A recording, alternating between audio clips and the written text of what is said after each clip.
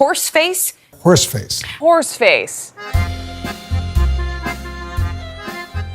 A president who almost never backs down, standing by his attack on the appearance of porn star Stormy Daniels. Great. Now I can go after Horseface and her third-rate lawyer. I'm done. I'm done being bullied. Now she's tweeting, "Game on, Tiny." It's a sad day in America when the President of the United States calls a woman a horseface. I mean, this guy can no longer be permitted to get away with this. He says, great, now I can go after Horseface and her third-rate lawyer in the great state of Texas. She will confirm the letter she signed, the non-disclosure agreement. She knows nothing about me, a total con. I don't care if you're on the right, the left, or the center.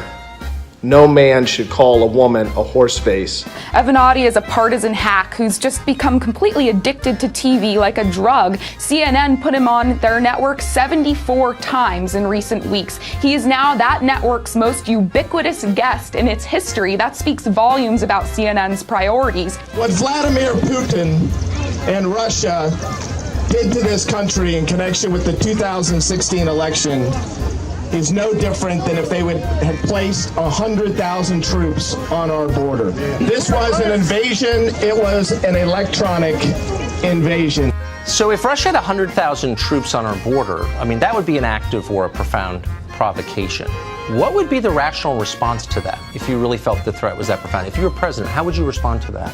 Well, Tucker, I understood that I was coming on your show tonight to talk about the case involving my client. Confused. So you're the protector of Stormy Daniels.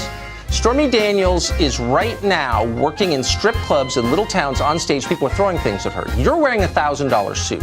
Why are you not paying her? You've profited from Stormy Daniels. You've done tens of millions of dollars worth of free media on the basis of your relationship with her, and she's working in strip clubs. You're exploiting her. You're planning a new career as a politician, and like so many lawyers, you are taking advantage of her. And you pose as a feminist hero because you are shameless and the other channels let you get away with it, but you're an exploiter of a woman, and you should be ashamed of it. You threatened the Daily Caller reporters with a defamation suit. How is that appropriate for anybody thinking about running for office? Well, if a journalist, quote unquote, and look, I don't believe the Daily Caller's individuals are journalists by any stretch of the imagination. Stormy Daniels says she needs at least $850,000 to cover her legal expenses, which of course consist mostly of retaining the creepy porn lawyer. Don't be fooled if you encounter the creepy porn lawyer holding up a Bible in your living room or leading a gospel choir in your backyard. Stand back, don't give him money or try and toss him morsels of stale bread. Escape. You're going to have her pay the legal fees? In fact, he has to pay me legal fees. He does? I don't think he has any money, but he and she have to pay me a lot of legal fees, and it's based on Texas. You're going to hold them accountable for that? Based on Texas law. I love Texas. Based on Texas law, where the legal fees are nice and plentiful. And you'll hold them to that? Are you serious? Of course. I'm just asking. Wouldn't you be disappointed if I said no? They'll pay a lot.